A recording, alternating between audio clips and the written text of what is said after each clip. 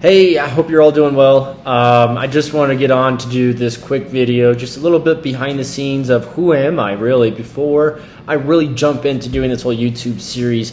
As you can see, I'm in my kitchen like usual. If you've seen any of my reels, it's basically where I do a lot of them, either here or in the office.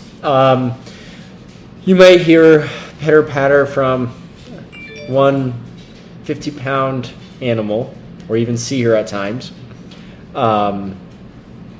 But nonetheless, I am a dog dad. I grew up in Iowa, small town of Perry. There's about 7,500 people when I grew up. Now it's still probably about 7,500 people, maybe 8,000. My sibling and my dad could probably tell you better than I could.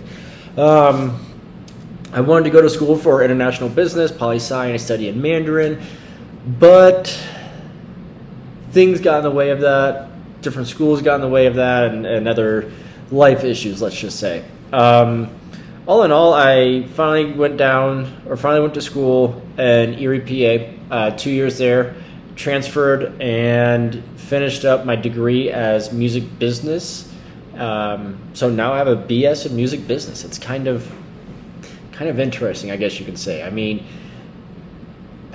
it's kind of funny because I don't really use the degree necessarily. I mean, I do, don't get me wrong, but I don't use it how I wanted to use it. And originally I wanted to go to school for international business, poli-sci, and study in Mandarin, so then I could go off and get my law degree to do contracts and negotiations.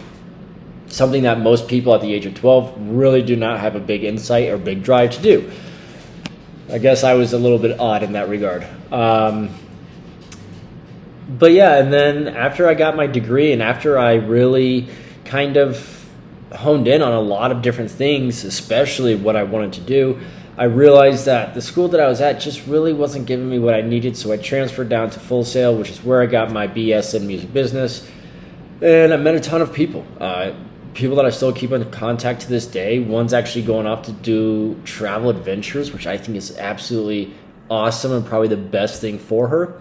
I have another friend that's still very heavy into the music industry. Another friend that made earphones or earbuds that completely changed how everyone listens to music and basically changed what Apple did to their earbuds, believe it or not. They were one of the first to actually put dual drivers in. They actually made it so you can change the frequencies. They're really cutting edge. They sold the company to who, I don't know, but Full Sail was an amazing place. Would never probably live in Florida again, but that's just me. I don't like the heat that much, but it's nice to go and see a lot of my friends still.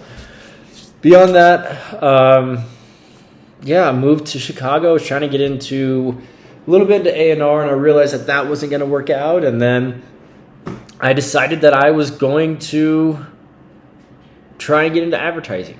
That also didn't work out. And so I started my second business, and that was socks. I did Nick Socks for quite a while, and in fact, I'm thinking about bringing it back just as like a little side thing, because I feel like people here in Denver or in Colorado really like the no-show socks that I produced. It was great while it lasted. I'm now in real estate, as you all know, but I really feel like bringing that back out. I mean, a lot of us go up to the mountains in the wintertime, and it's great to put on a fresh pair of socks after you get done before you drive back into the city. I mean, it's always nice to have clean clothes, I guess you can say.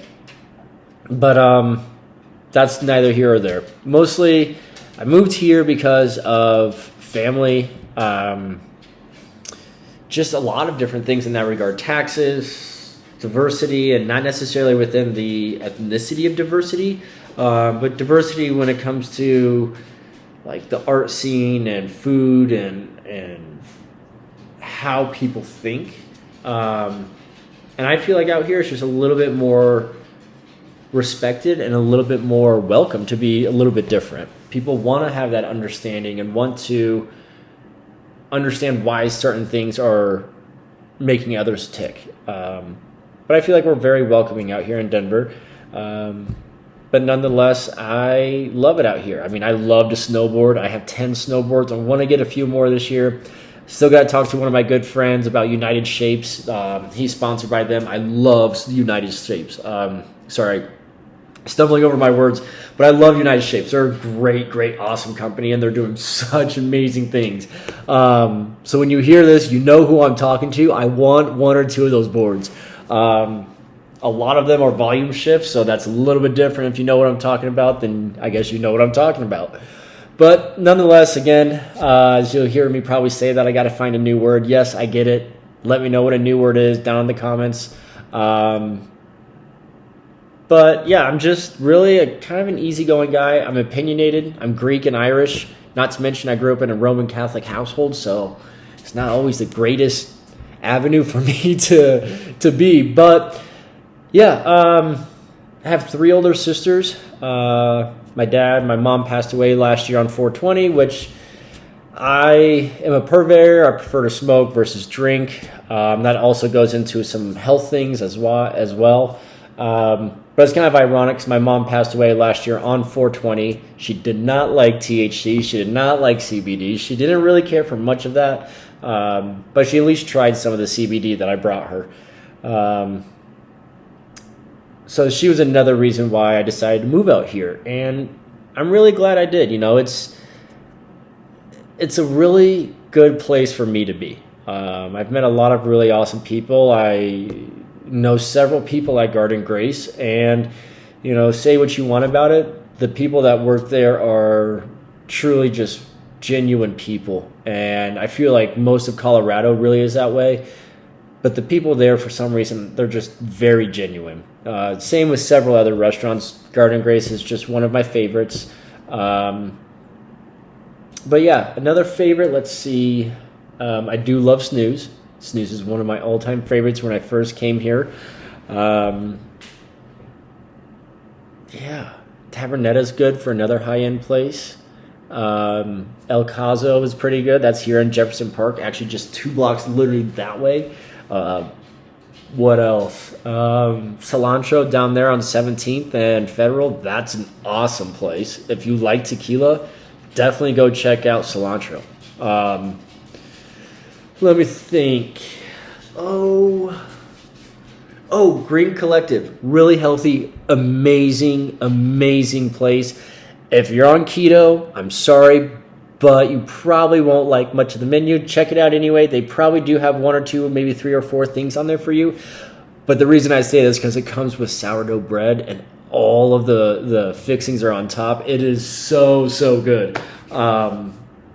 And there's also a wake down here. You got Briar Commons. You have a whole bunch of different things here. And another reason I moved here is because of that. Because you have all these different restaurants that are always so close.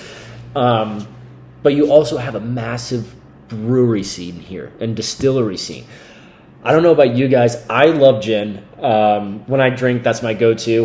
One of my good friends who works downtown, he's actually very good friends with the distillers and maybe the owners. I can't remember necessarily the titles, but at Deviation Gin. And oh my God, like if you guys have not had Deviation, it's amazing. They have flavors out right now. They're not over the top. It's just more of what gin has to offer, and they really do that, and they really make things pronounced. But yeah, if there's anything that I wish I could have done differently or changed up in my life, I probably, and I say this a lot, but I probably would have gone to Ithaca.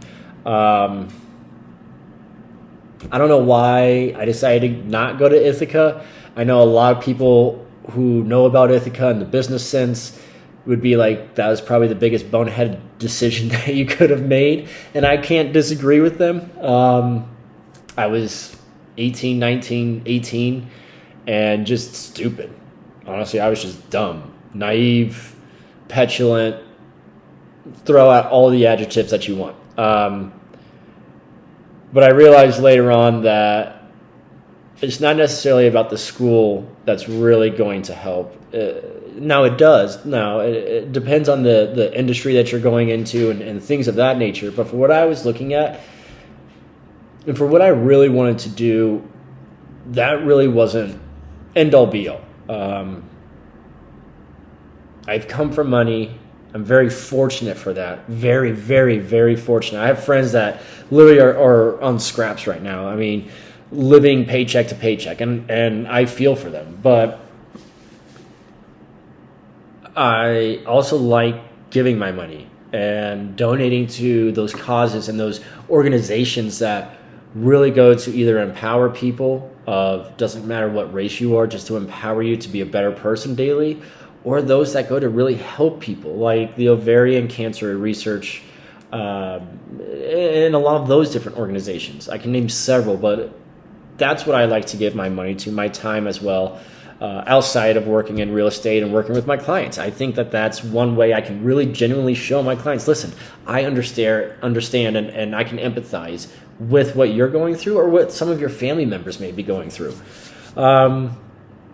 My mom really instilled that in me, and she got an award this past year for philanthropy, and within the last couple of years that she passed, they donated millions of dollars, or she donated millions of dollars, and just wanted to help people. I mean, she helped get the autism sector of one of the hospitals in Des Moines going, and to really get those people in there that needed to be in there, or that she felt needed to be in there based on what they did, who they are, and what they really care about. And I feel like we kind of miss out on a lot of those things as people. You know, we always wonder why and how can we get to the next step, or why would that be, or why is something preventing us from getting to the next step. And I've seen all things. I've seen highs and lows. I have friends in the very, very low end of places, and I have friends who have well over $100 million. But at the same time, those that are at the poorest and those that are at the richest understand that humanity is humanity, and we all just have to be better. And I try to do that on a daily basis. Because I know there's some days that I don't really like the traffic, for example. And I try to calm down. Sometimes I'm good at it. Other times I'm not. I don't really have road rage as much as I yell in the car a lot. But at the same time, I get my stress out, and then I'm good, and then I keep driving. Or I call my sister and kind of bitch to her about what's going on. But all in all, it's just about being good to each other. And that's one reason why I got into real estate, is because I believe we all deserve a roof over our heads. You know, whether it's me helping you find a place to rent, or if you're looking for your first home. It's really one reason why I got into it. And those two groups really have showed me, growing up in the middle of things and being almost kind of lost, I guess you can say. It's really showed me that it doesn't matter how much you have, where you come from, anything else, as long as you're trying to be a better person. And as long as you're a better person, good things will come to you. Now, if you really, really like school, I wasn't very good in school. I'll be the first one to admit. But if you really like school, pursue it. Pursue your passions and your dreams and your wants and needs, absolutely. Because if we don't, then it's kind of boring. I'm not going to lie. I think it's boring. I'm very opinionated, but I would think it's boring. So you know a bit about me now. It's been about 15 minutes, actually 14 and a half minutes, 14 minutes almost. I'm